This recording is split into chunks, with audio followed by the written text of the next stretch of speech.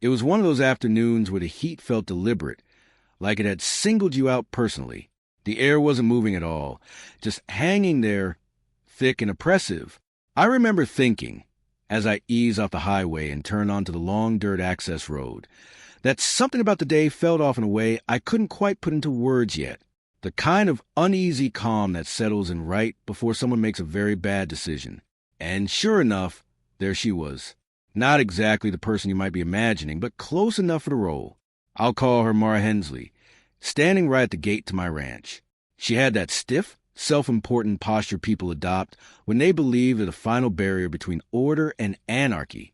One hand was clamped around a laminated clipboard, like it was some sort of official credential. The other hand kept slicing through the air as she paced, talking loudly into her phone, loud enough that even through closed windows, I could practically read her lips. Unauthorized access, HOA jurisdiction, refusing to comply. The same greatest hits she always leaned on. And here's the part you need to understand from the very beginning. No pun intended. Given where she was standing, none of this land was hers. Not a single inch. Not the gate, not the fence, not the dirt under her carefully chosen orthopedic shoes. This was my property, bought legally years earlier, surveyed, clearly marked, fenced, insured, taxed, documented from end to end. Every box checked, and she knew it, or at least she'd been informed of it more times than I could remember. But facts have a way of bouncing right off entitlement, especially entitlement that spent 10 years hiding behind an HOA title. I slowed the truck and stopped just short of the gate, letting the engine idle. I watched her through the windshield the way you watch a storm cloud roll in from a distance. Part curiosity, part weary acceptance, because Mara wasn't new to my life. She lived 3 houses down in the planned community that bordered my land. Ever since I bought the ranch, she'd appointed herself the unofficial keeper of boundaries.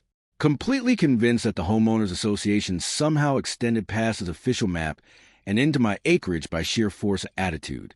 She complained about my fencing being visually aggressive, about my cattle disrupting the neighborhood's sense of harmony, about the access road being confusing for delivery drivers, which is really HOA speak for, I don't like that you exist outside my control. And today, it seemed she decided to take things up a notch. When I stepped out of the truck, the heat slammed into me like a solid wall. My wife climbed out behind me, her phone already in her hand.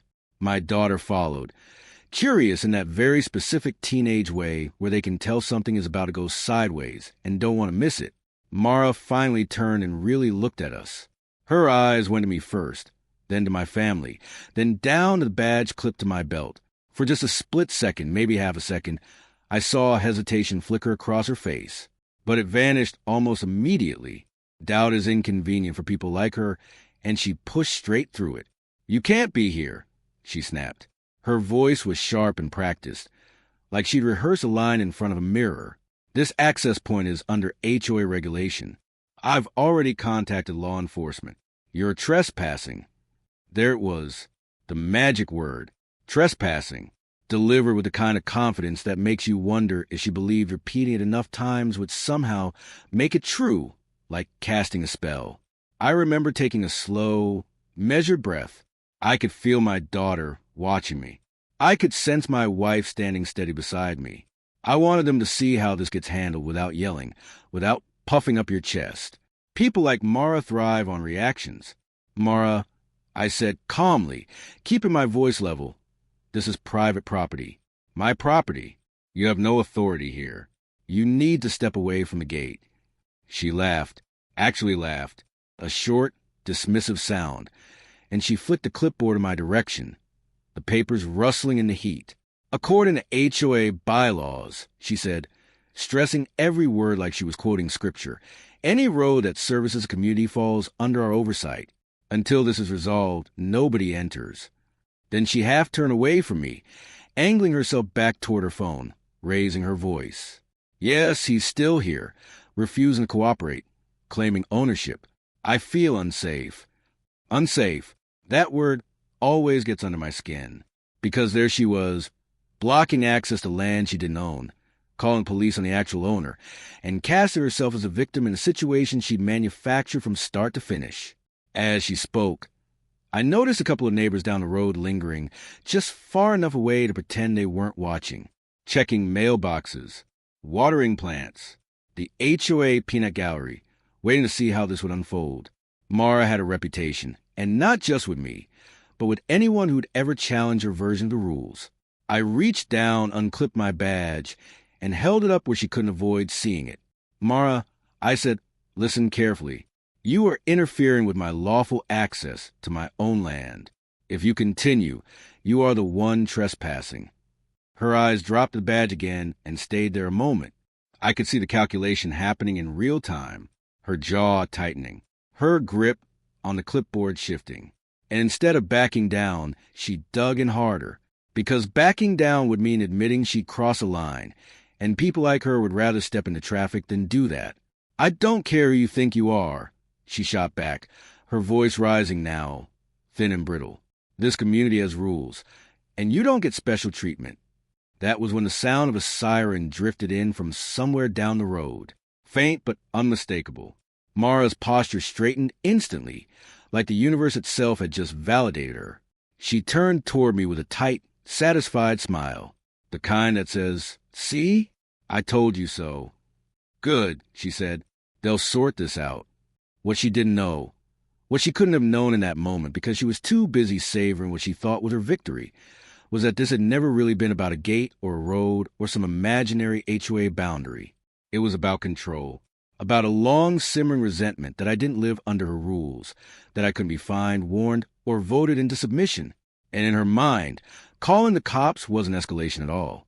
It was enforcement in her mind, the natural extension of a power she was convinced she possessed. As the sirens grew closer, my wife quietly lifted her phone and started recording. My daughter leaned in toward me and whispered, "Does she really think this is going to work?" I didn't answer her right away. I wanted her to watch it unfold, to see what happens when confidence runs straight into reality. When someone confuses authority with volume and volume with truth. The deputies arrived a few minutes later, dust billowing up behind their cruisers as they pulled in. Mara hurried toward them before they'd even had a chance to shut their doors, launching into her story at full speed. She pointed at me at the gate at the road, her words tripping over one another. "He forced entry. He's violating HOA rules. We've told him before." I stayed where I was, hands loose at my sides, badge clearly visible, letting her talk. Because sometimes the smartest move is to let someone explain themselves all the way into a corner. Eventually, one of the deputies raised a hand to slow her down. He turned his attention to me and asked a simple question. "Sir, is this your property?" I nodded. "Yes, it is." And with that short exchange, the entire afternoon shifted. The heat was still oppressive, the air still thick, but the direction of the story was set, whether Mara was ready for it or not. Now, pause the scene for a moment, because what just happened at that gate isn't unusual. It's textbook. Once you recognize the pattern, you start seeing it everywhere. In most HOA-governed communities, the association's authority begins and ends exactly at the property line spelled out in their governing documents and platted maps. Not feelings, not assumptions, and definitely not, "This is how we've always done it." From a legal standpoint, an HOA has zero jurisdiction over privately owned land outside its boundaries, even if a road runs nearby or feels connected to the neighborhood. What Mara was doing is something I've seen again and again. She was treating perceived influence as actual authority. It's a psychological trap a lot of long-term HOA enforcers fall into. After years of telling people what to do, issuing warnings, handing out fines, their brain stops separating rule enforcement from personal power. Control becomes identity. And any challenge to that control feels like a personal attack, not a factual disagreement. So when someone like Mara calls the police, it's rarely about safety. It's about validation. It's about borrowing authority to force reality to line up with the story in her head. The moment law enforcement shows up, the question stops being who's louder and starts being who has documentation, who knows the boundaries, and who's actually standing on the right side of the law. That's exactly why these situations tend to collapse so quickly once facts enter the picture. When the deputies were fully on scene, the energy shifted in a way that's hard to explain unless you witnessed it. The moment noise gives way to process. Emotion colliding head-on with procedure. Mara didn't notice it at first. She was still performing, still talking with her hands, still rattling off grievances like she was reading bullet points from a mental slide deck. She kept pointing at the gate, at the road, at me, repeating herself with slightly different phrasing, as if one of those versions would finally land. One of the deputies, calm, mid-40s, face creased from years in the sun, listened for a minute, nodded, and then asked the question that always matters most. "Ma'am, do you have documentation showing this property is under HOA control?" And there it was, the fork in the road. That question doesn't care how confident you sound. It doesn't care how long you've been running the bake sale or how many warning letters you've signed. It only cares about paper. Mara hesitated just a fraction too long, then flipped her clipboard around, shuffling through pages like the answer might appear if she looked hard enough. Bylaws, meeting notes, a printed email chain. None of it what the deputy had asked for. The road services a community, she said finally, her voice losing some of its sharp edge. It's always been that way. The deputy nodded, polite but unmoved, and turned to me. "Sir, do you approve of ownership?" I walked back to the truck and pulled out a folder I keep for exactly this reason. Deeds, survey maps, county records, permits, everything neat, everything dull, and everything lethal to arguments built on assumption. As I handed the folder over, I felt my daughter watching me, the quiet realization settling in that this wasn't about arguing louder or better. It was about being prepared. The deputy stepped aside, reviewed the documents, cross-checked them against their tablets. Radios crackled softly as parcel numbers and boundary lines were confirmed. And with each passing second, Mara's posture changed. Her shoulders drew tight, her jaw set, the confidence drained from her voice. Because from a legal standpoint, this is where reality asserts itself. Land ownership isn't a debate. It's a record. And within minutes, the deputy returned, handed my folder back to me, and said clearly enough for everyone nearby to hear, "This property belongs to him. It is not part of the HOA, and he has the legal right to access it." Then he turned to Mara, and while his voice stayed calm, there was more weight behind it now. "Ma'am, you are standing on private property, and you are obstructing the owner's access. If you continue, you could be cited for trespassing." You could actually see the moment it landed, that brief flash of panic, when someone realizes the script they've been reciting doesn't apply anymore. "That can't be right," she said, shaking her head. "We've been managing this area for years." The deputy didn't argue. He didn't raise his voice. He simply repeated, "It is right," and let the word sit there. The small group of neighbors who'd gathered at a safe distance began to disappear. One by one, they drifted off, suddenly late for dinner, suddenly uninterested. There's nothing people like less than being connected to a losing side, especially when the loss is public. Mara noticed it too. Her eyes moved from face to face. Then her voice rose again, sharp and strained. "This isn't over. The board will hear about this." As if the board were some higher court capable of overruling county records with a vote. I didn't respond. There was no reason to. I walked to the gate, unlocked it, the metal clanging loudly in the quiet that had settled over everything, swung it open, and climbed back into my truck. My wife followed in her car. My daughter buckled in beside me, eyes wide, taking it all in. As I drove forward onto my land, I caught a glimpse of Mara in the mirror. She was still talking, still gesturing, but now she was just background noise. Her words didn't carry any weight anymore. One of the deputies stayed behind with her, taking notes, documenting the call, the obstruction, and the warning that had been issued.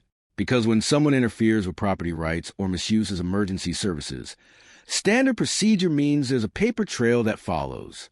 As we headed up the road, my daughter finally broke the silence. She really thought calling the cops would make it hers, she said, half amazed, half amused. I smiled, not because it was funny, but because it was familiar. She thought authority was something you could borrow. I said, "Turns out it isn't." Watching the gate fade into the distance behind us, I knew that chapter was finished. Not because Mara had learned anything. People like her rarely do, but because the limits of her power had been exposed, documented, and made impossible to deny. Now I want to slow this down again. Stories like this are entertaining. Sure, there's a reason people stick around until the end. There's a clear antagonist, a clean resolution, and that satisfying moment when reality snaps back into place. But the lesson here is bigger than one woman, one gate, and one brutally hot afternoon. The real lesson is about how power actually works and how easily it gets misunderstood when it's wrapped in titles, committees, and laminated badges. Authority without clear boundaries will always try to expand. Not necessarily because everyone involved is malicious, but because systems tend to reward enforcement more than restraint. In HOA culture especially, you see this pattern repeat itself. People volunteer or get elected with decent intentions. They want order, consistency, maybe even fairness. But over time, the role starts shaping the person instead of the other way around. When that happens, enforcement becomes personal. From a psychological standpoint, that's where identity fuses with control. And once that fuse is lit, any challenge feels like an existential threat, not a simple disagreement over maps or deeds. That's why Mara didn't back down when I showed up, why she didn't hesitate to call the police, why she kept escalating even when doubt started creeping in. In her mind, backing off meant losing status, losing face, losing the version of herself that mattered in that community. This is a psychological trap, and a lot of people fall into it when they mistake repetition for legitimacy. When they've said this is how it is so many times that they stop checking whether it actually is. From a legal perspective, the takeaway is simpler and, honestly, more empowering. Paper beats posture every time. Deeds, surveys, permits, recorded boundaries. Those are what matter. Not how long someone's been complaining. Not how confident they sound. Not how many neighbors nod along. Law enforcement doesn't enforce HOA rules. They enforce laws. And once clear documentation enters the conversation is basically over. That's why preparation matters more than argument, and why staying calm is such a powerful move. Calm signals confidence grounded in reality, not bravado. If you're dealing with HOA overreach, the answer isn't to get louder. It's to get organized. Keep records. Know your boundaries. Understand exactly where HOA authority ends and private ownership begins. Confusion is where power grabs thrive. This is especially important for people who live next to HOAs without being part of them, because those gray areas attract misunderstanding and sometimes deliberate pressure. And I want to say this too, because it doesn't get said often enough. Not every HOA conflict ends as cleanly. Not everyone pushing boundaries is a cartoon villain. Sometimes it's fear. Sometimes it's bad information. Sometimes it's a board that's been winging it for years without ever being challenged. But the outcome almost always depends on who's willing to anchor the conversation in facts instead of feelings. So if you take anything from this story, take this.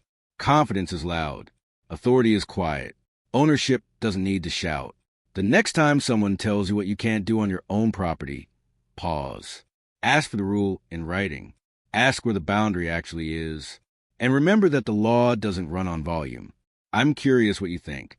Have you ever dealt with an HOA that crossed a line or watched someone confuse control with competence? Drop your story in the comments. The more these situations get talked about, the harder it becomes for overreach to hide in plain sight.